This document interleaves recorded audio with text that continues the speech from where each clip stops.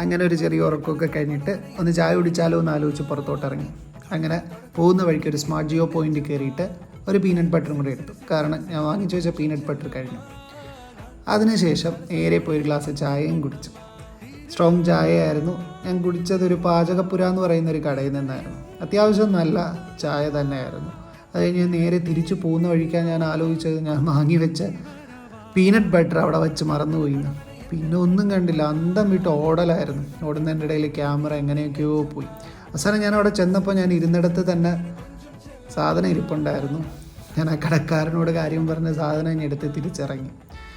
എന്നെ ഒരുപാട് വിലച്ച സാധനമാണ് ഈ പീനട്ട് ബട്ടർ.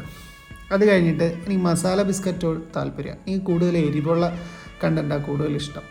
അങ്ങനെ ഞാൻ നേരെ അടുത്തുള്ളൊരു ബേക്കറി കയറിയിട്ട് ഒരു മസാല ബിസ്ക്കറ്റ് വാങ്ങി, അതിൻ്റെ കൂടെ ഒരു ടീ റസ്ക്കും ഒരു കുപ്പി വെള്ളവും വാങ്ങി നേരെ തിരിച്ച് വീട്ടിലേക്ക്.